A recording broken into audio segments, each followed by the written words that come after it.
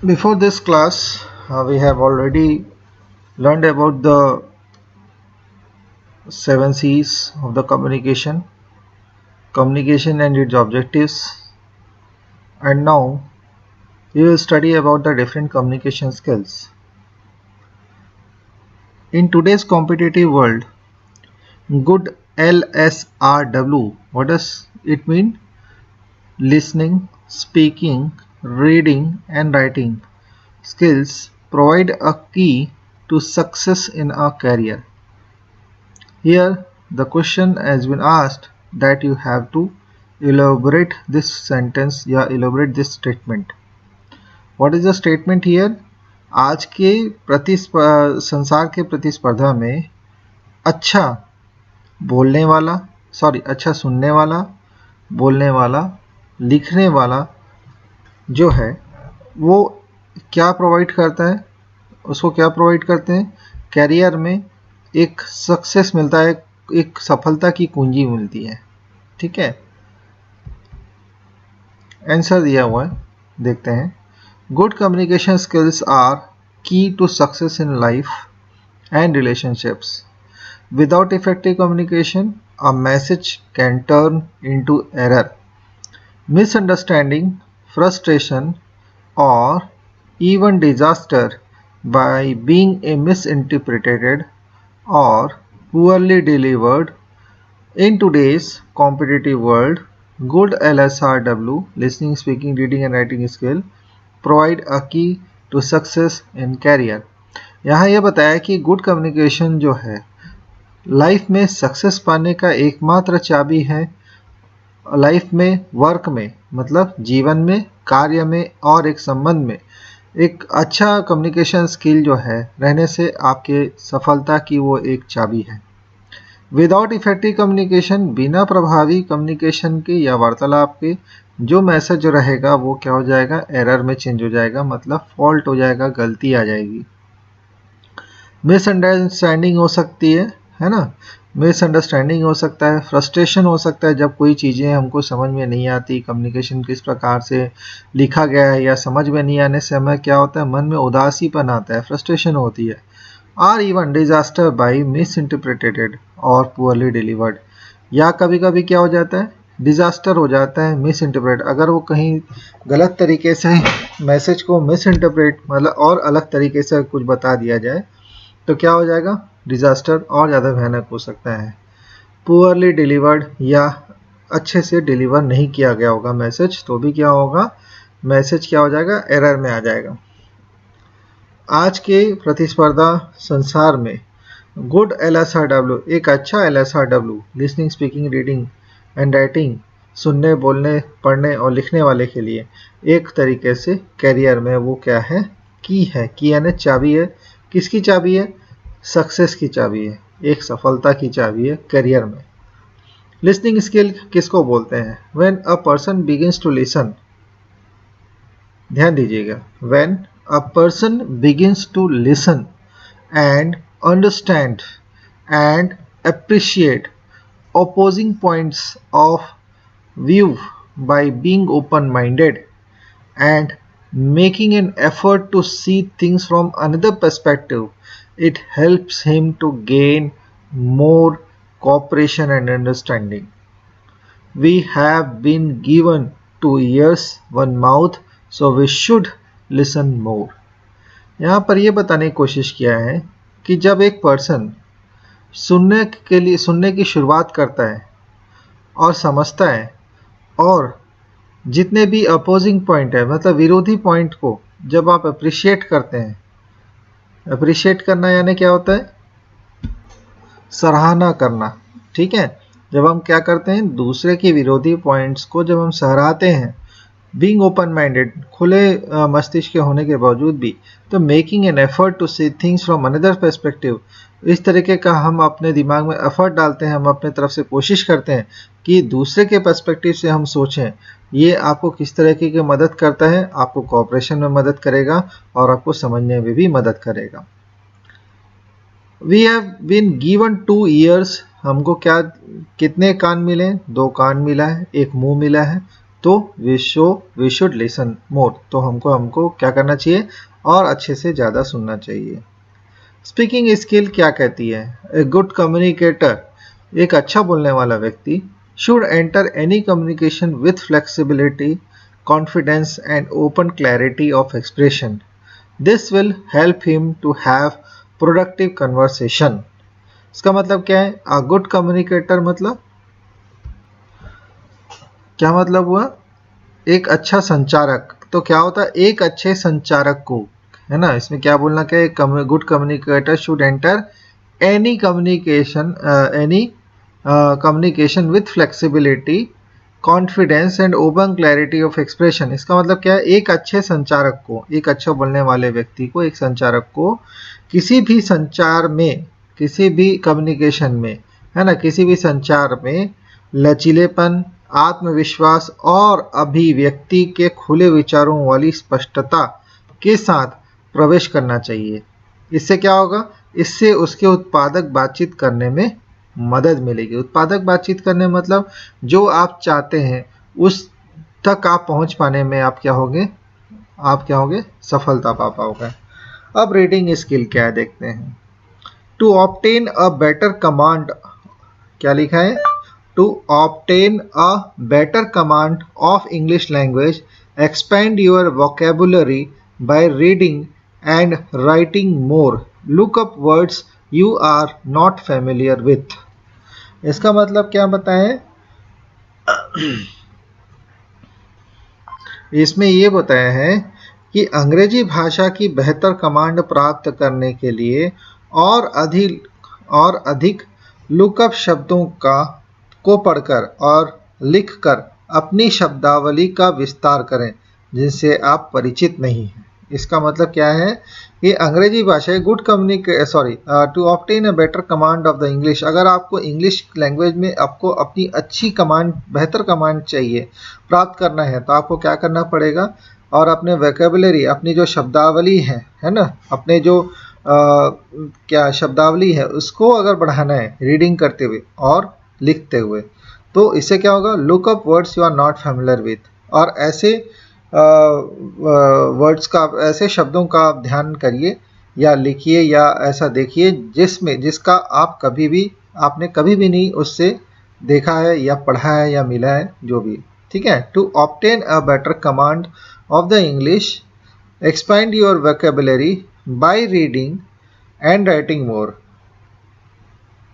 ज़्यादा लिखते हुए और पढ़ते हुए अपने इंग्लिश लैंग्वेज को अगर बेहतर कमांड करना है तो शब्दावली पे आपको काम करना है, लिखते हुए और बोलते हुए, और ऐसे वर्ड्स को देखना है जिनसे आप कभी भी परिचित नहीं रहे हैं।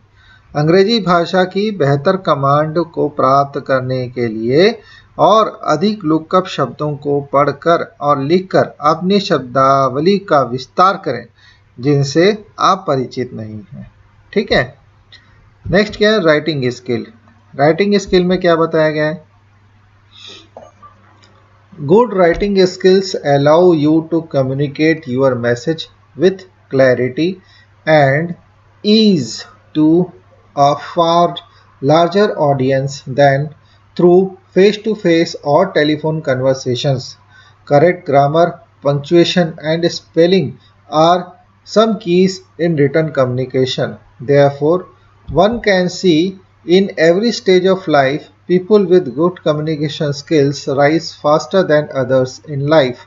Even house communication in day-to-day life establishes a good relationship between parents and children. ठीक है। इसमें क्या है फिर? The results of poor communication can easily be seen at work place and it hinders one's growth in their career. Therefore good reading, writing skill and listening skills are essential to achieve their career growth in life. अब देखो writing skills में क्या बताया है?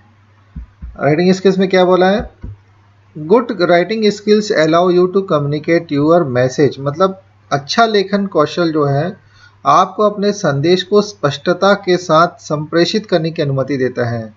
क्या कर रहा है? Good writing skills allow you to communicate your message, मतलब अच्छा लेखन कौशल जो है, जो आपकी स्किल्स है, अच्छे लिखने की जो आपकी कला है, अपने संदेश मतलब आप अपना जो भी मैसेज भेजना जो चाहते हैं, संप्रेषित करना चाहते हैं, वो एक आपको उस चीज़ की अनुमति देता है थ्रू फेस टू फेस और आमने सामने या टेलीफोन वार्तालाप, ठीक है, वार्तालापों के साथ। ठीक है, करेक्ट ग्रामर, सही व्याकरण, विराम चिन्ह और वर्तनी मतलब स्पेलिंग, ठीक है, सही व्याकरण, विराम चिन्ह और वर्तनी लिखित संचार जो रहती है, some keys in written communication.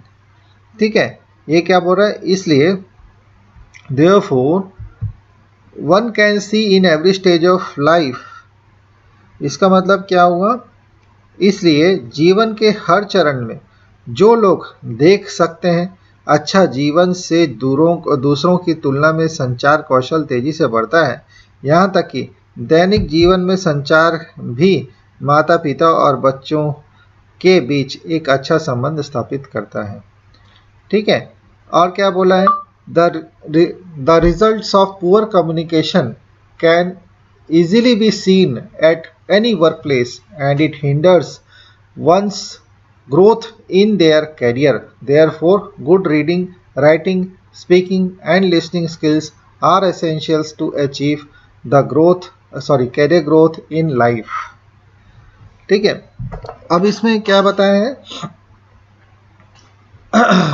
इसमें क्या बताया है, खराब संचार के परिणाम किसी भी कार्य स्थल पर आसानी से देखे जा सकते हैं। खराब संचार के परिणाम मतलब जहाँ पर कम्युनिकेशन अच्छी नहीं है, वो किसी भी कार्यस्थल पर आसानी से देखे जा सकते हैं और यह उनके कैरियर में एक बार विकास में बाधा डालता है। और ये क्या करते हैं, आपके किसी न किसी के भी एक करियर के ग्रोथ में वो विकास में बाधा डालेगा। इसलिए जीवन में वास्तविक कैरियर के विकास को प्राप्त करने के लिए, जो वास्तविक कैरियर जो है उसको अगर विकास को अगर प्राप्त करना है, तो वास्तविक कैरियर के विकास को प्राप्त करने के लिए अच्छा पढ़ना, लिखना, बोलना और सुनना कौशल आवश्यक है। ठीक है, लिसनिंग स्किल जो है वो आपको सुनना बहुत ज़रूरी है। ठीक, अब देखिए यहाँ पर क्या बोला है, what is speaking skill. Speaking skill क्या होती है, स्पीकिंग स्किल जो है वो आप लोग की कौन सी है, we acquire in our native language, जो हम लोग घरेलू लैंग्वेज से अपन सीखते हैं, that is a speaking skill, that is a what second language skill. We acquire मतलब सीखना, जो हम नेटिव लैंग्वेज से सीखते हैं, अपने पारिवारिक या अपने फैमिली से सीखते हैं। It is known as a productive skill और एन एक्टिव स्किल, हम इसको एक उत्पादक कौशल भी बोल सकते हैं और एक एक्टिव स्किल भी बोल सकते हैं। It requires us to use our vocal tract and our brains to correctly produce language through sound। इसका मतलब क्या है कि ध्वनि के माध्यम से, ध्वनि यानी क्या हो गया, वोकल ट्रैक्ट जो अपन बोलते हैं वो साउंड। ठीक है, तो ध्वनि के माध्यम से भाषा को सही ढंग से उत्पन्न करने के लिए हमें अपने मुखर पथ यानी क्या होता है, मुखर पथ यानी वोकल ट्रैक्ट और हमारे दिमाग एंड अवर ब्रेन्स का उपयोग करने की आवश्यकता होती है। इसका मतलब क्या बोला, it requires us to use our vocal tract and our brains to correctly produce language through sound. किसी भी लैंग्वेज को अच्छे तरीके से भाषा में बोलने के लिए हमें अपने मुखर पथ यानी वोकल ट्रैक्ट और हमारे दिमाग को सही तरीके से दिमाग को उपयोग करने की आवश्यकता होती है। ठीक, it is the second of two natural language skills, मतलब दूसरा दो नेचुरल लैंग्वेज स्किल्स में से दूसरा है। It helps us to communicate one's ideas, understand the ideas of others more effectively. It helps to communicate one's idea and understand the ideas of others more effectively. इसका मतलब यहाँ क्या बोला गया है कि दूसरों को अधिक प्रभावी ढंग से, ठीक है, दूसरों को अधिक प्रभावी ढंग से या एक बार आइडिया को संप्रेषित करना और दूसरे के विचारों को अधिक प्रभावी ढंग से समझने में मदद करता है। फिर से सुनते हैं क्या लिखा है। It helps to communicate one's ideas, understand the ideas of others more effectively. हमको क्या मदद करता है, दूसरों को अधिक प्रभावी ढंग से या एक बार आइडिया को संप्रेषित करना और दूसरों के विचारों को अधिक प्रभावी ढंग से समझने में क्या करता है, मदद करता है। अब क्या है, एक अच्छा स्पीकिंग स्किल्स कब बोल सकते हैं, following point should be taken into the consideration. क्या कंसिडरेशन है देखते हैं। To achieve effective speaking skill following points should be taken into consideration. इसका मतलब क्या हुआ, प्रभावी बोलने के कौशल को प्राप्त करने के लिए निम्नलिखित बिंदुओं को ध्यान में रखा जाना चाहिए। ठीक है, प्रभावी बोलने मतलब इफेक्टिव स्पीकिंग के लिए, है ना, उसकी स्किल को मतलब क्या बोलते हैं, कौशल। ठीक है, कला बोल सकते हो, कौशल बोल सकते हो। तो स्पीकिंग की कला के लिए, प्रभावी तरीके से बोलने की कला के लिए को प्राप्त करने के लिए निम्नलिखित बातों को आपको ध्यान में रखा जाना चाहिए। उनमें से क्या क्या ध्यान में रखने वाली बातें हैं, आइए देखते हैं। पहला है डायनेमिक। डायनेमिक का मतलब क्या होता है, गतिशील, गयात्मक, स्फूर्त, ऊर्जास्वी, संचालक शक्ति, शक्तिमान या शक्ति युक्त या क्रियाशील, ये इनके वर्ड हैं। क्या है, डायनेमिक के। तो डायनेमिक हम छोटा सा एक पहले लेते हैं, गतिशील। गतिशील का मतलब जो आगे चलता रहता है। तो ठीक है, तो इसका अपन कैसे बोलते हैं, इसमें क्या बोला गया, there must be variation in style, tone, voice, approach depending on the situation and audience. ठीक है, इसमें क्या बोलना चाहे, इसमें क्या बोलना गया है, स्थिति और दर्शकों के आधार पर there must be variation in style, tone, voice, approaching depend on the situation and audience. तो सिचुएशन क्या होगा, स्थिति, ऑडियंस क्या हो गया आपका, दर्शक। तो क्या, स्थिति और दर्शक के अनुसार या के आधार पर आवाज के दृष्टिकोण की शैली में भिन्नता होनी चाहिए। क्या होना चाहिए, दृष्टिकोण की शैली में, मतलब क्या हुआ, आपकी जो बोलने का जो तरीका है उसकी शैली में इन चीज़ों की चेंज होनी चाहिए। क्या, बोलने का तरीका, बोलने का टोन मतलब ज़्यादा या कम, वॉइस मतलब आपकी जो आवाज़ है वो उसके अनुसार चेंज होनी चाहिए। किसके अनुसार, सिचुएशन और ऑडियंस के अनुसार। नेक्स्ट है आपका इनफॉर्मल टॉक। ठीक है, इनफॉर्मल टॉक में क्या है बताया गया है, a good speech is closer to a personal and information chat between two intimate friends. ठीक है, इसमें क्या बता रहे हैं, इनफॉर्मल टॉक में एक अच्छा भाषण, ए गुड स्पीच मतलब एक अच्छा भाषण, is closer to a personal and informal chat between two intimate friends. एक अच्छा भाषण जो है दो घनिष्ठ मित्रों के बीच, दो घनिष्ठ मित्र, इंटीमेट फ्रेंड मतलब घनिष्ठ मित्र। तो एक अच्छा भाषण क्या है, दो घनिष्ठ मित्रों के बीच व्यक्तिगत और सूचनात्मक, व्यक्तिगत यानी पर्सनल, इनफॉर्मल मतलब सूचनात्मक, है ना। तो एक अच्छा भाषण जो है दो घनिष्ठ मित्रों के बीच व्यक्तिगत और सूचनात्मक बातचीत के करीब होता है।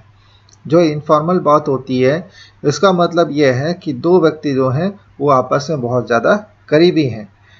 नेक्स्ट क्या है, क्लियर। क्लियर का क्या बोला है,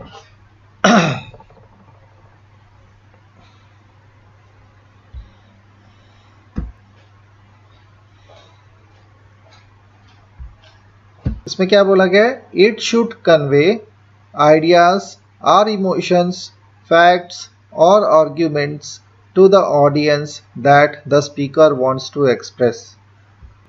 मतलब क्या हुआ, इसमें यह दर्शक के लिए विचारों को व्यक्त करना चाहिए जो भावनाओं के तथ्य या तर्क हैं जिनका वक्ता व्यक्त करना चाहता है। इसका मतलब यह है कि it should convey message, ideas और इमोशंस, फैक्ट्स और arguments to the audience that the speaker wants to express, है ना।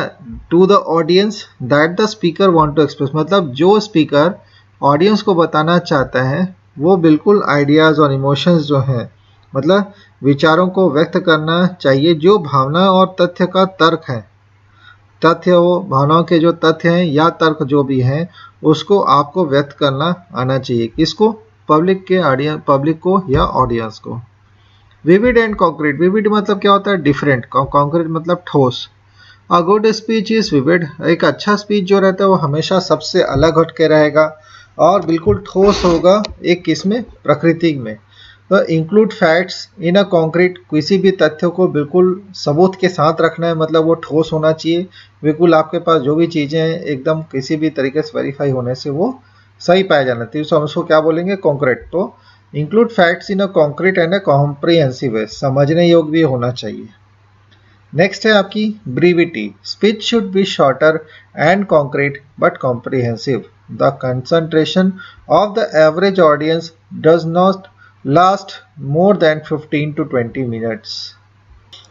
इसमें ये आपको बताने की कोशिश किया है कि भाषण जो है आपका, स्पीच शुड बी शॉर्टर मतलब भाषण क्या है? छोटा, और कॉन्क्रीट मतलब ठोस होना चाहिए। लेकिन व्यापक जो रहता है, व्यापक दोस्त जो रहते हैं, the concentration of average audience जो बात हो रही है, व्यापक औसत दर्शकों की जो एकाग्रता है, मतलब जो कॉन्सेंट्रेशन लेवल है, इसकी ऑडियंस की बात हो रही है। तो जो ऑडियंस की जो कॉन्सेंट्रेशन लेवल जो है, क्योंकि वो 15 से 20 मिनट से ज़्यादा नहीं होती, इसलिए आपको अपना क्या है? स्पीच को शॉर्ट करना है ना? क्या करना है? मतलब भाषण आपकी छोटी होनी चाहिए लेकिन साथ ही साथ ठोस होने चाहिए। ठीक है। अब उसके बाद क्या बताएं? An interesting speech always wins the attention of the audience. इसका मतलब क्या है? एक दिलचस्प भाषण हमेशा दर्शकों का क्या करते हैं? ध्यान जीतता है। ठीक है। अगर आप किसी मोटिवेशनल स्पीकर का आप आवाज़ सुनेंगे या बात सुनेंगे तो क्या होता है? आप लोग का ध्यान क्या करता है? आकर्षित करता है। ठीक है। और दिलचस्प भाषण में परिवर्तित हो जाता है। Audience oriented. ठीक है। अब क्या नेक्स्ट पॉइंट है आपका?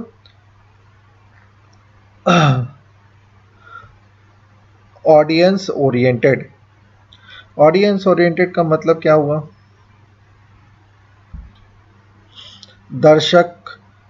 दर्शकों उन्मुखी बोलते हैं हिंदी में। ठीक है।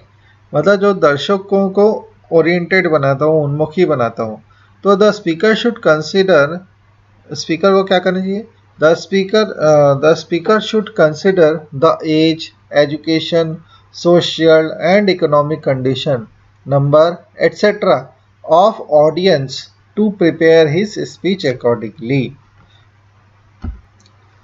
स्पीकर को क्या कर लेना चाहिए? स्पीकर को अपने भाषण को तदनुसार तैयार करने के लिए, मतलब उसके अनुसार तैयार करने के लिए दर्शकों की उम्र, मतलब दर्शक मतलब जो सामने वाले व्यक्ति हैं, उनके उम्र को ध्यान में रखते हुए, उनकी शिक्षा को ध्यान में रखते हुए, उनके सामाजिक और आर्थिक स्थिति को ध्यान में रख करके विचार करते हुए आपको अपना स्पीकर मतलब आपको बोलना चाहिए। ठीक है। Free from error. इसका मतलब क्या हुआ? त्रुटि से मुक्त। किसी भी कोई प्रकार की अगर कोई त्रुटि है किसी भी मैसेज में तो उसको दूर करना है। ठीक है। Error in speech can make the audience confused and lose the personality of the speaker. इसमें क्या बताया है?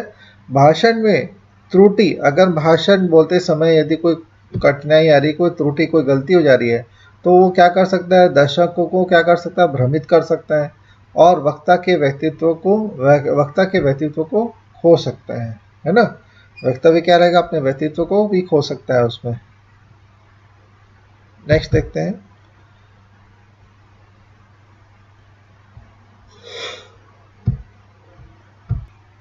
एक अच्छे स्पीच को, एक अच्छे भाषण को एक अच्छे तरीके से वेल ऑर्गेनाइज करना चाहिए।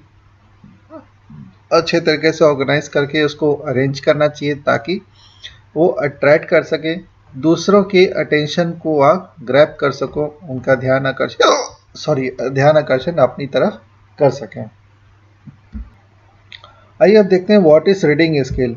Reading is the third language skill we require in our language we require in our native language।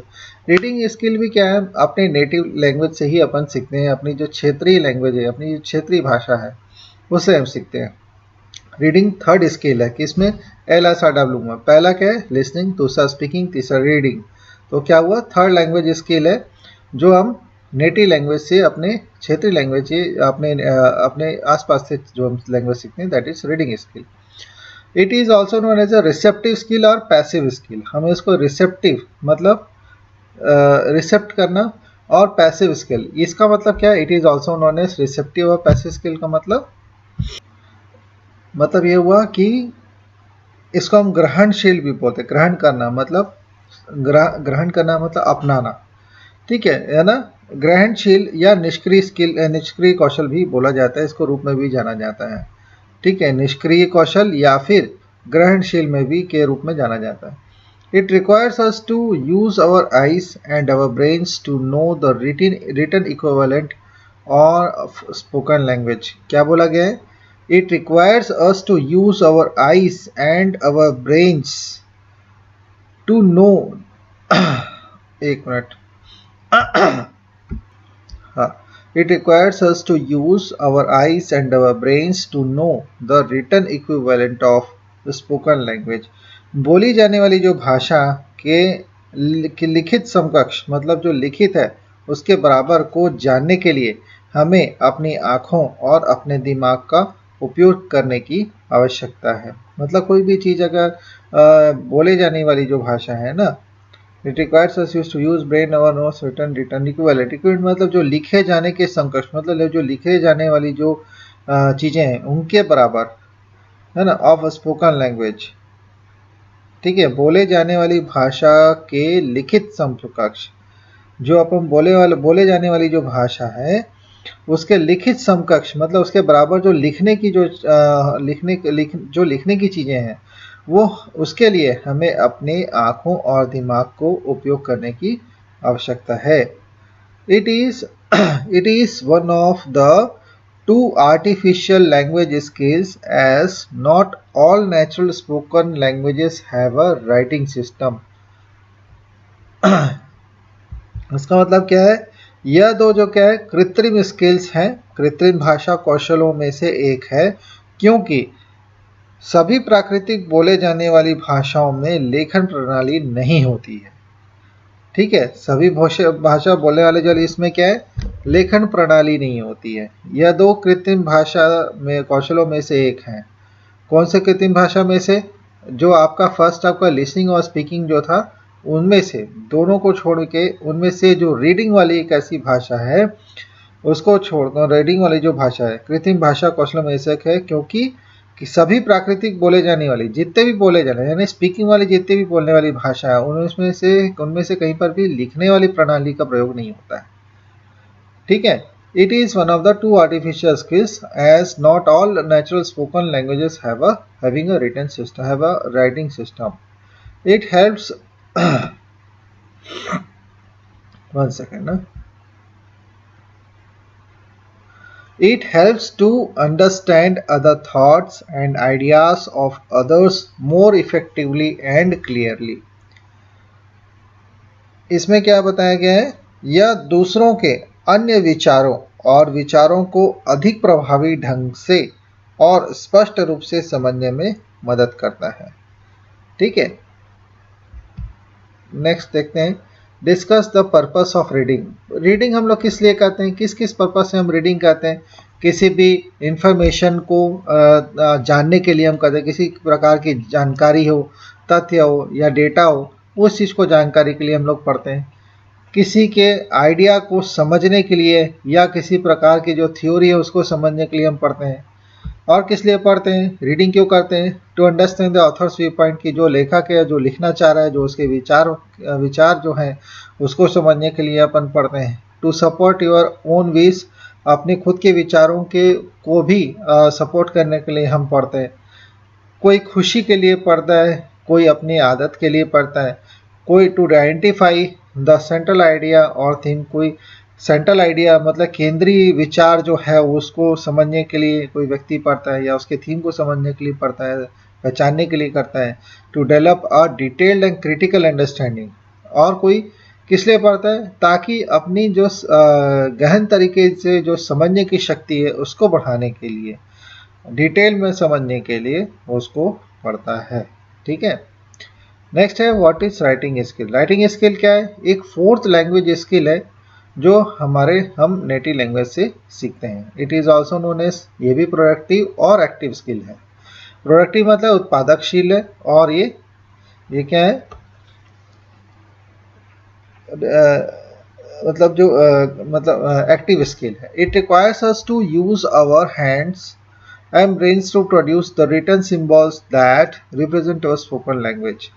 हमें किन किन चीज़ों का यूज़ करना है, हमें अपने हाथों को और दिमाग का लिखने के लिए, सिंबल्स को लिखने के लिए, किसी भी लिखित सिंबल को यूज़ करने के लिए हमें इन चीज़ों को यूज़ करना, that represent our spoken language. जो हम बोलना चाह रहे हैं उनको हम किस फॉर्म में लिख सकते हैं, अपने किन किन चीज़ों को यूज़ करना है, अपने हाथों को यूज़ करना है और अपने दिमाग को यूज़ करना है ना, ताकि हम रिटन सिंबल्स को लिख सकें। ठीक है। तो ये किसकी जरूरत है, it requires us to use our hands and our brains to produce written symbols that represents our spoken language.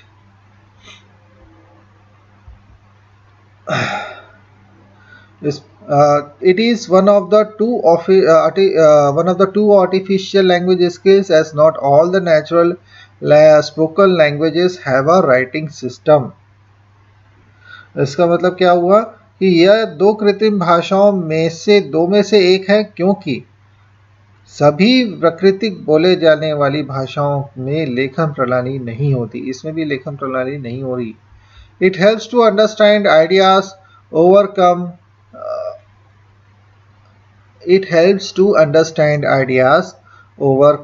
common mistakes and improve our communication using the written word. ठीक है। इसका मतलब क्या है, यह विचारों को सामान्य गलतियों को दूर करने और लिखित शब्दों का उपयोग करके, लेखन का उपयोग करके हमारे संचार को बेहतर बनाने में मदद करता है। कैसे करता है, फिर से एक बार बता रहा हूँ। यह विचारों को सामान्य गलतियों को दूर करने और सामान्य विचारों को, जो हमारी सामान्य विचारों में जो गलतियां होती हैं, या विचारों को सामान्य गलतियां, जो विचारों में हमारे जो सामान्य गलतियां होती हैं, जनरल मिस्टेक्स जो होते हैं, उनको दूर कर दिए, और लिखित शब्दों को उपयोग करके लिखित शब्दों को जो है अपन यूज करके क्या कर सकते हैं, लेखन का उपयोग करके हमारे संचार को बेहतर बनाने में मदद करता है, हमारे कम्युनिकेशन को अच्छा करने में मदद करता है। तो क्या है, writing is a result of thinking and rethinking, hence more correct. इसका मतलब क्या हुआ यहाँ पर, लेखन सोच का परिणाम है और हाथों को अधिक सही ढंग से पुनर्विचार करना है। मतलब इसमें बताया result of writing is a result of thinking and rethinking. लेखन क्या है, सोच का परिणाम है, जिसको हम सोचते हैं और एक बार सोचते हैं। तो हम क्या है, लिखने से पहले हम कई बार सोचते हैं कि हमें क्या लिखना है ना, और जितने बार आप सोचते हो उतने बार वो करेक्ट होता है। It helps to communicate more effectively and clearly. और किस चीज़ में मदद करता है, हम किसी भी कम्युनिकेट करने के लिए, it helps to communicate more effectively. और हमको किस चीज़ में मदद करता है, एक प्रभावी तरीके से वार्तालाप करने या मैसेज कम्युनिकेट करने के लिए और क्लियरली लिखने के लिए हमको मदद करता है। What things to be kept in mind while writing. किन किन चीज़ों का हमें ध्यान रखना है लेखन के लिए। तो पहला है कि सिंप्लिसिटी होनी चाहिए, यूनिटी होनी चाहिए, माइंड आपका फोकस होना चाहिए, अथॉरिटी रहनी चाहिए कि आपका हाँ लिखने के अधिकारिक हैं आप, करेक्ट ग्रामर आपका यूज होना चाहिए, कॉन्साइजनेस मतलब ज़्यादा लेंथी सेंटेंसेस नहीं लिखने, क्लियर हैंडराइटिंग मतलब साफ सुथरा आपका हैंडराइटिंग होना चाहिए, प्रॉपर पंक्चुएशन मतलब full stop, question mark, symbolic जो भी हैं रिटर्न्स में वो सारे प्रॉपर पंक्चुएशंस आपके होने चाहिए, कंटेंट क्रेडिबिलिटी होनी चाहिए, और ओरिजिनलिटी मतलब बिल्कुल आपका ओरिजिनल होना चाहिए, और दूसरा विश्वसनीय होना चाहिए जो भी आप लिख रहे हैं। रीडर ओरिएंटेड मतलब क्या होना चाहिए, जो पढ़ने योग्य होना चाहिए। ये आपके क्या है, राइटिंग स्किल्स हैं। ठीक है। अब लिसनिंग स्किल्स का थोड़ा सा इसमें शॉर्ट में और दिया हुआ है, ठीक है, इसको भी देखते हैं। लिसनिंग क्या होता है? लिसनिंग एक ऐसा प्रोसेस होता है जिसमें हम रिसीव भी करते हैं और सुनने के बाद हम क्या करते हैं, इंटरप्रिटेट भी कर सकते हैं, बोलते भी, और उसके बाद हम उस मैसेज पे रिएक्ट भी करते हैं जो हमने मैसेज रिसीव की होती है सेंडर के द्वारा, ठीक है। तो लिसनिंग क्या है? एक accurate perception of what is being communicated, ठीक। Describe the process of listening पूछा है कि लिसनिंग की प्रोसेस कैसे होती है। There are 5 stages of listening process. Starts out with receiving the words while we listen, understanding what we have received, remember what was said, and evaluating what we learned and put into words on the paper, responding to what we heard to get a better understanding. By this diagram, you may understand that how we are listening actively. First, what we used to do, that is hear. हम पहले क्या करते हैं? सुनते हैं। सुनने के बाद हम उस चीज़ को अटेंड करते हैं। अटेंड करना मतलब you are concentrating on the particular sound. फिर उसके बाद क्या करते हैं? हम उनको समझने की कोशिश करते हैं कि what type of sound is that. फिर accordingly we are responding to that sound, whether it is a good sound or it is a bad sound, है ना, or it is a sound of a human or an animal, or by a sound creating by any you can say a vehicle or a truck or a aeroplane or helicopter, anything what we used to hear, first attend, then understand, and then we used to respond, and and we always remember that sound, and accordingly then again this process will go on, ठीक है। तो इस तरीके से हम पहले समझते हैं। क्या समझते हैं? कि पहले हम सुनते हैं, सुनने के बाद उस साउंड को हम अटेंड करते हैं। अटेंड करना मतलब उसके ऊपर ध्यान केंद्रित करते हैं। ध्यान देने के बाद उस साउंड को हम क्या करते हैं? समझने की कोशिश करते हैं कि वो साउंड जो क्रिएट हुई है वो किसके द्वारा की गई है। वो किसी भी व्यक्ति के द्वारा हो सकता है, किसी जानवर के द्वारा भी हो सकता है, प्रकृति के किसी भी चीज़ के अनुसार हो सकती है, चाहे वो गाड़ी मोटर की भी हो सकती है, व्हीकल की हो सकती है, ट्रेन की हो सकती है, एरोप्लेन की हो सकती है, हेलीकॉप्टर की भी हो सकती है, जिसकी भी आवाज़ उसके अनुसार हम सुन करके क्या करते हैं? रेस्पॉन्ड करते हैं, और उसको क्या करते हैं? हमेशा दिमाग में बिठा लेते हैं, रिमेंबर करते हैं, याद रखते हैं। फिर वो प्रोसेस फिर से स्टार्ट हो जाता है, ठीक है। तो this process is called a listening process. तो जैसा हमने अभी प्रोसेस देखा लिसनिंग का, तो पहले क्या था? Receiving the words while we listen. जब हम लोग सुनते हैं तो हम लोग क्या कर रहे होते हैं? वर्ड्स को हम रिसीव कर रहे होते हैं। रिसीव करने के बाद क्या करते हैं? अंडरस्टैंडिंग। अंडरस्टैंडिंग के बाद क्या करते हैं? हम रिमेंबर। तो understanding what we have received, जो वर्ड्स हमने अपने कान में रिसीव किए, हम उसको क्या करते हैं? समझने की कोशिश करते हैं। फिर उसके बाद क्या करते हैं? हम उसको याद करने की कोशिश करते हैं कि क्या बोला गया था, व्हाट वाज सेड। फिर हम उसको इवैल्यूएट करते हैं कि किसको बोला जाना है। तो इवैल्यूएट व्हाट वी लर्न, कि हमने इवैल्यूएट करते हैं, हम उसको दोबारा से सोचने की कोशिश करते हैं कि हमने क्या पढ़ा, and put into words on paper, और हम उसके बाद क्या करते हैं? उसको हम पेपर में लिखना करते हैं। फिर उसके अंदर क्या करते हैं? Responding to what we heard to get a better understanding. फिर हम उसको रेस्पॉन्स करते हैं कि जो हमने सुना, हमने उसे अच्छे से समझा, उसी को हम रेस्पॉन्स करते हैं, ठीक है। तो this is called the process of listening. Know what is the purpose of listening? सुनने का उद्देश्य क्या हो सकता है? या state various purposes of listening. Listening सुनने का मतलब प्रोसेस, सुनने का क्या उद्देश्य हो सकता है, किस कारण से हम सुनते हैं? किसी जानकारी को प्राप्त करने के लिए, टू गेन इंफॉर्मेशन, है ना। इट हेल्प्स टू, किस चीज़ में मदद करता है? अगर हम किसी न्यू इन्फॉर्मेशन को गेन करने की कोशिश करते हैं तो आइडिया के बारे में जानकारी मिलती है।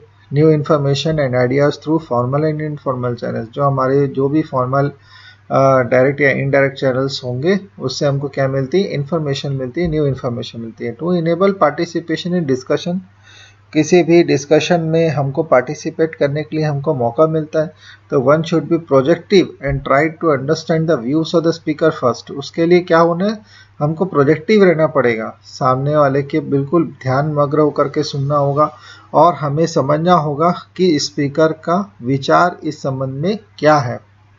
टू बी इंस्पायर्ड होने के लिए हम किसी से हम इंस्पायर होने के लिए भी सीखते हैं, किसी से मोटिवेट होने के लिए भी हम सुनते हैं। तो it helps to assist you to establish your own rapport with coworkers. अगर आपको अपना क्रेडिबिलिटी वर्कर के साथ में एस्टेब्लिश करने के लिए भी हम लोग क्या करते हैं, सुनते हैं। हेल्प इसमें क्या मदद करती है, आपकी असिस्ट होती है, हेल्प होती है। ठीक है, नेक्स्ट देखते हैं, नेक्स्ट में क्या है, टू इम्प्रूव कम्युनिकेशन। और लिसनिंग से क्या होती है, सबसे ज़्यादा इम्प्रूव होती है communication. Listening to the others persons ideas and thought increases your talent and interest. आपके टैलेंट और इंटरेस्ट को वो बढ़ाएगा।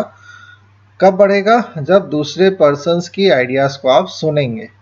लिसनिंग टू एक्ट इफेक्टिवली, जब आप किस तरीके से प्रभावी तरीके से एक्ट करेंगे तो वो क्या होगा, it gets the right stuff and motive. आपको एक अच्छा मोटिव मिलेगा कि आपको क्या करना है और एक अच्छा चीज करने में मदद भी मिलेगी। लिसन टू इवेल्युएट क्रिटिकली, किसी भी चीज को गहन तरीके से सोचने के लिए उसको आपको क्या है, सुनना बहुत ज़रूरी है, अच्छे तरीके से सुनना जरूरी है। ये क्या करेगा, आपको किसी भी trustworthiness of an another person, किसी भी व्यक्ति का, दूसरे व्यक्ति का कितना भरोसे के लायक है वो आप उसमें इवेल्युएट कर सकते हो अगर आपने ध्यान से सुना तो। What are the techniques to improve listening ability, ये या क्या टेक्निक हम अपना सकते हैं अपने लिसनिंग की एबिलिटी को बढ़ाने के लिए, या illustrate the various strategies to improve listening skills. Students, here we can read the answer and it's very important question you must remember. We listen to about an efficiency rate of 25% maximum. हम लोग बहुत efficiency rate जो हमारी है वो केवल 25% है जो मैक्सिमम हम सुन पाते हैं, और उसमें से केवल 50% जो हम उसको याद कर पाते हैं of what is delivered during a 10 minute speech, lecture या कम्युनिकेशन। अगर आपका मान लीजिए कि 25% अगर कोई आपका मतलब कोई मान लीजिए कि कोई आपको लेक्चर हुआ, ठीक है, लेक्चर कितने की होती है, लेक्चर पीरियड होती है आपकी 1 आवर की, तो हम केवल उसमें से 25% मैक्सिमम जो है हमारी एफिशिएंसी रेट है। We listen to about an efficiency rate of 25% maximum, केवल 25% हम लोग उसमें सुन पाते हैं। And we remember only 50% of what is delivered. और अगर हम आकलन करें, अगर हम देखें तो केवल उस 1 घंटे में केवल 50% ही लोग याद रख पाते हैं कि उस 1 घंटे में क्या पढ़ाया गया, व्हाट इज डिलीवर्ड। अब ड्यूरिंग अ 10 मिनट यहाँ पर इसलिए दिया है क्योंकि हमने 25% दिया, 50% लिया और 10 मिनट के लिया, तो 10 मिनट के स्पीच को ही आदमी जो व्यक्ति रहता है वो ध्यान रख पाता है। अब इसको इम्प्रूव करने के लिए क्या करना है, techniques to improve the listening ability, सुनने की योग्यता को बढ़ाने के लिए क्या करना है, concentrate on the speaker's words not his look. First and the foremost important is you must have to concentrate on the speaker's word. जो व्यक्ति बोल रहा है उनके शब्दों के ऊपर ध्यान दीजिए, ना कि उनके लुक पे ध्यान दें। Focus on the content of the speakers message, जो स्पीकर बोलना चाहता है, जो आपके पास अपनी आइडियाज को लेके आया है, उसको आपको फोकस करना है, not on the speaker's personality and looks. उसके पर्सनैलिटी और लुक पे ध्यान नहीं देना है। Actively concentrate on what others are saying so that effective communication take place. ध्यान से सुने कि सामने वाला व्यक्ति आपको क्या बोल रहा है, व्हाट अदर्स आर सेइंग, जो लोग दूसरे क्या कह रहे हैं उसको आपको सुनना है ताकि इफेक्टिव कम्युनिकेशन हो सके। जैसे मान लीजिए कि don't get distracted by appearance and mannerism, सामने वाले के अपीयरेंस से या उसके मैनरिज्म से आपको डिस्ट्रैक्ट नहीं होना है। जैसे मान लीजिए आपके सामने अगर अमिताभ बच्चन जी आ जाते हैं तो never look on the personality of the person, always look that always focus on the content of the speakers. Suppose कि स्पीकर एज स्पीकर के तौर पे अगर अमिताभ बच्चन जी आ जाते हैं तो अमिताभ बच्चन को नहीं देखना है, आपको उनके कंटेंट को देखना है कि वो क्या मैसेज देने के लिए आए। आपको उनके पर्सनैलिटी पे ध्यान देना है, ध्यान नहीं देना है, आपको उनको जो वो कह रहे हैं उस पर आपको ध्यान देना है ताकि आपको इफेक्टिव कम्युनिकेशन हो सके। Don't get distracted by appearance, उनके जो अपीयरेंस है, जो सामने जो बैठे उनके अपीयरेंस से आपको डिस्ट्रैक्ट नहीं होना है, आपका ध्यान नहीं भटकना चाहिए, उनके मैनरिज्म से नहीं भटकना चाहिए। ठीक है, नेक्स्ट पॉइंट देखें तो इसमें नेक्स्ट पॉइंट लिखा है keep recalling the point. Listeners should always summarize और recall the speaker's ideas so that there is no misunderstanding of thoughts of the speakers। Listeners को क्या करना है, जो सुनने वाला व्यक्ति है वो उसको हमेशा समराइज करके या स्पीकर्स को दोबारा से पूछ कर सकते हैं, रिकॉल कर सकते हैं स्पीकर्स को, अपने आइडियाज को, ताकि किसी भी प्रकार की उसमें मिसअंडरस्टैंडिंग जो है मिसअंडरस्टैंडिंग नहीं होनी चाहिए जो स्पीकर अपनी सोच को बताना चाह रहा है। इसका कहने का मतलब यह है कि यदि आपको कोई डाउट लगता है, कुछ भी डाउट है, तो स्पीकर्स के आइडियाज को आप दोबारा से पूछ सकते हैं, रिकॉल कर सकते हैं, ताकि किसी भी प्रकार की उसमें नासमझी वाली कोई बात ना हो जो स्पीकर्स अपने विचारों को तुम्हारे सामने रख रहा है। इंटरेक्शन मतलब क्वेश्चन एंड आंसर टेक्निक होती है। Raising queries is a very good strategy for breaking dullness of any interaction. जब हम क्लासेस में भी आप देखे होंगे, जब हम लोग बहुत लगातार हम लोग पढ़ लेते हैं तो हम बीच में कुछ ना कुछ आपसे क्वेश्चन करते हैं। क्यों करते हैं? That is a question and answer technique, that is the interaction and why it is required, क्योंकि आपका ध्यान कहीं भटके मत। एक तरीके से आप में कभी कभी लगातार पढ़ते हुए डलनेस आ जाती है, तो ये डलनेस हटाने के लिए इंटरेक्शन होता है, क्वेश्चन एंड आंसर टेक्निक होती है। तो raising queries is a very good strategy for breaking dullness of an interaction। Fourth ये relate the speaker's word to your experience। अपने स्पीकर्स के वर्ड्स को रिलेट करें आपके अपने experience. Try to relate the speaker's word to experience and help to retain those remarks in your memory for a long time. Retain मतलब जिंदा रखना है आपको अपने मेमोरी में लंबे समय तक। कई व्यक्ति क्या होते हैं, सुनते हैं और सुनने के बाद एक कान से सुने दूसरे कान से निकालिए, नहीं, आपको अपने एक्सपीरियंस में उसको लाना है। Relate the experience words to your experience. अपने स्पीकर्स के वर्ड्स को अपने एक्सपीरियंस में उसको रिलेट करना है, लाना है, और अपने मेमोरी में उसको retain those remarks in your memory for a long time, और उस मेमोरी उसको आपको अपने मेमोरी में लंबे समय तक उसको रखना है। Don't get distracted, but send the non-verbal language that you are listening to। Don't get distracted मतलब distract नहीं होना है, लेकिन send the non-verbal language that you are listening। non-verbal language क्या होती है? जैसे हम कुछ सुन रहे हैं, अब आप डिस्ट्रैक्ट नहीं हो रहे, हमको कैसे पता आप डिस्ट्रैक्ट? अगर आप सुन रहे होंगे तो क्या है, आप अपनी मुंडी हिलाएंगे, अपनी आईज देखेंगे, स्पीकर की तरफ रहेगी, आई बॉल्स मूविंग रहेगी स्पीकर के तरफ, जहां स्पीकर जैसा मूव कर रहा है, जैसा हाथ हिला रहा है, जैसा मूव कर रहा है, वैसे आपकी आई बॉल्स अपने आप हिलेंगी। That the person who is speaking और who is giving a lecture in a class or giving a speech to the audience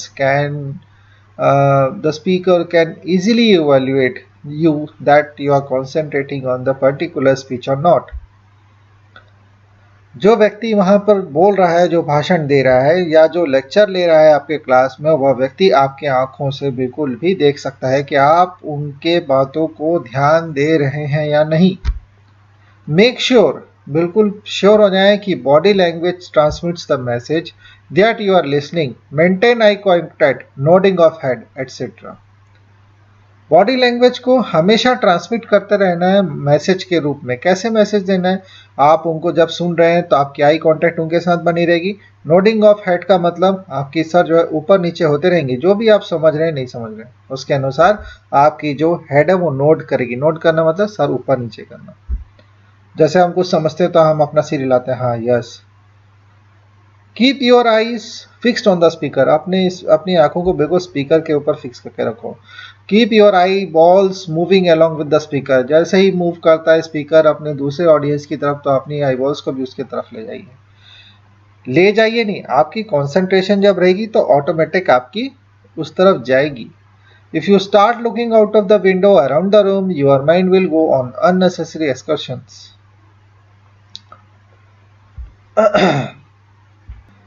अगर आप विंडो से बाहर देखते हैं किसी लेक्चर के समय में, बाहर देखते हैं रूम के बाहर, अराउंड द रूम जाता है, रूम के बाहर जाता है, तो आपका माइंड क्या है, अननेसेसरी भ्रमण पे निकल जाता है। ठीक है। Having a positive attitude, एक सकारात्मक सोच के साथ जाना है। Many listeners fail to listen because they are mentally unprepared to listen. बहुत सारे लिसनर्स जो रहते हैं, बहुत सारे जो सुनने वाले व्यक्ति हैं, वो मानसिक रूप से सुनने के लिए तैयार नहीं रहते। Don't let your prejudice close your mind to what others people say. पहले से आप जज मत करो कि सामने वाला आपको क्या बोलने वाला है। ठीक है, तो पॉजिटिव एटीट्यूड के साथ आप बैठिए। Listener for between the line messages, try to grasp between the lines messages, listen to what you can't hear, keenly observe the gestures, facial expression and body language of the speaker which might be indicators of the real message. आपको उन चीज़ों के, उन lines पे ध्यान देना है जो मैसेज के बीच में लाइंस होते हैं। उन चीज़ों को ध्यान देना है व्हाट यू कांट हियर, जिसको आपने सुना नहीं। उनके जेस्चर्स को आप फॉलो करें, ऑब्जर्व करें, उनके फेशियल एक्सप्रेशन को ध्यान करें, उनके बॉडी लैंग्वेज और स्पीकर के बॉडी लैंग्वेज को ध्यान रखें, जो आपको रियल मैसेज के रूप में, एक इंडिकेटर के रूप में निकलेगा। टेक नोट्स, उसके नोट्स बनाइए। जब भी आप किसी लेक्चर्स में जाएं, किसी स्पीकर्स में जाएं, तो उसका नोट हमेशा आप तैयार करें। कॉपी लेके जाना है या पेन लेके जाना है, that's a good sign of the listener.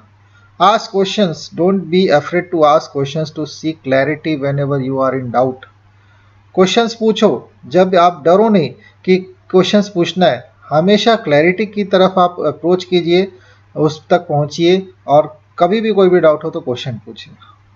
Opportunities मतलब क्या हुआ, अवसर। अवसर क्या है, try to make benefit from the opportunities arising and ask what is in it for me.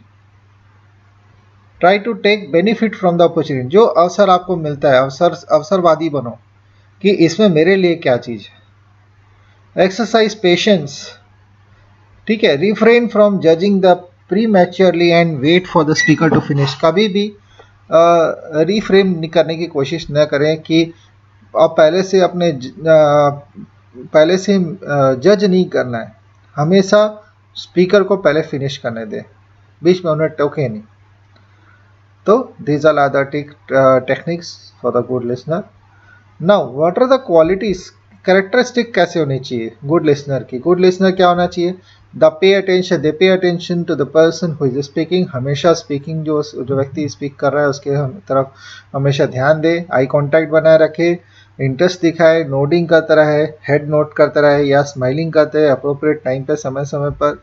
They make sure that they understand, वो बिल्कुल अंडरस्टैंड करें कि what has been said by repeating it in their words. For example, a good listener might say, do you mean that? They make sure that they understand, वो बिल्कुल वो पक्का करें कि उन्हें वो चीज़ समझ में आ रही है। What has been said by repeating in it their own words, जो भी उनके द्वारा जो बोला जा रहा है उनके वर्ड्स में। They let the person finish or they let the other person finish his or her thoughts without interrupting. जो भी व्यक्ति बोल रहा है उसको फिनिश करने दे, अपने या फिनिश करने दे या अपने थॉट्स को फिनिश करने दे बिना किसी रुकावट के। They ask questions if anything is not clear when the speaker has finished. उनको बिल्कुल क्वेश्चन पूछना चाहिए जब स्पीकर फिनिश कर ले। ठीक है। लिसनिंग और हियरिंग का एक डिफरेंस पूछा गया है कि what is the difference between listening and hearing. तो फर्स्ट ये होता है कि हियरिंग में साइकोलॉजिकल प्रोसेस इन्वॉल्व होती है, in which we receive the sound waves, don't try to interpret. And listening में क्या होती है, उसमें हियरिंग में क्या होता है, हम किसी को जवाब नहीं देते। लिसनिंग में क्या होता है, we receive sounds and interpret the meaning. Listening करते हैं, हियरिंग करते हैं। हियरिंग में क्या होती है, अपन पे अटेंशन करते हैं, मतलब कॉन्सेंट्रेशन अपन बढ़ाते हैं। तो इसमें क्या बोल सकते हैं, हियरिंग एक पैसिव वॉइस है, लिसनिंग एक एक्टिव वॉइस है। इसमें पैशनलेस है, बिल्कुल सुनने की जरूरत नहीं है। लेकिन लिसनिंग क्या होती है कि इमोशनल होता है। It can happen without desire, interest, हम नहीं भी चाह रहे तो भी हमारे कान में आवाज़ गिरेगी। हमें इंटरेस्ट नहीं है तब भी आपके कान में आएगा। हम किसी को प्रेफरेंस नहीं दे रहे हैं तब भी आपके कान में आवाज़ आएगा। जैसे हम गाड़ी चला रहे हैं रास्ते पे, different types of sounds will come to your ear. आपके कानों में बहुत प्रकार की आवाज़ सुनाई देगी। आप चाहें ना चाहें तभी वो आपके आवाज़ में आपके कान में गिरेगी। It is an act of will. इसमें क्या है, आप जो जो करोगे केवल वही आपके कान में सुनाई देगा। जैसे आपको अगर गाना सुनना है तो केवल वही आप सुनेंगे और किसी प्रकार की आवाज़ आपको सुनाई नहीं देगी, चाहे वो कितना भी आवाज़ कर ले। अगर आपको क्लास में अगर आपको अपने टीचर की आवाज़ सुननी है तो आपको अपने टीचर की आवाज़ सुनाई देगी, अपने आजू बाजू वाले किसी व्यक्ति की बात सुनाई नहीं देगी। हियरिंग क्या होती है, सुपरफिशियल होती है, ठीक है। और लिसनिंग क्या होता है, it means getting deep in experience. उसमें बिल्कुल एक्सपीरियंस लेना हम चालू कर देते हैं, ये कैसा है, अच्छा है, बुरा है। लेकिन इस हियरिंग में आप नहीं अब जज कर सकते इस चीज़ को। तो that is the difference between the hearing and listening. I hope this video will help you in understanding the different communication skills that what we learned today, that is learning, speaking, listening, speaking, reading and writing. I hope you all have understood what is the objective of listening, purpose of listening, reading, writing and techniques of, especially techniques of listening skills. Okay, if you have any doubt you can call me or you can message me. I will let you know. Thank you very much.